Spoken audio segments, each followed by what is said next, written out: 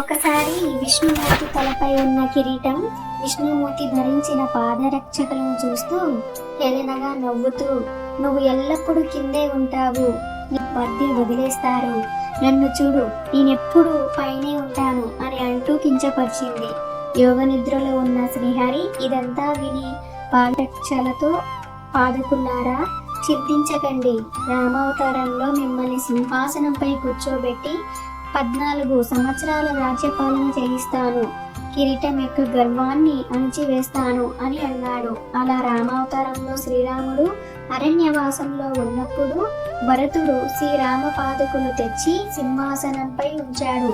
భరతుడు ఆ పాదకులకు నమస్కరించినప్పుడల్లా భరతుడి తలపై ఉన్న కిరీటం సిగ్గుతో తలదించుకునేది.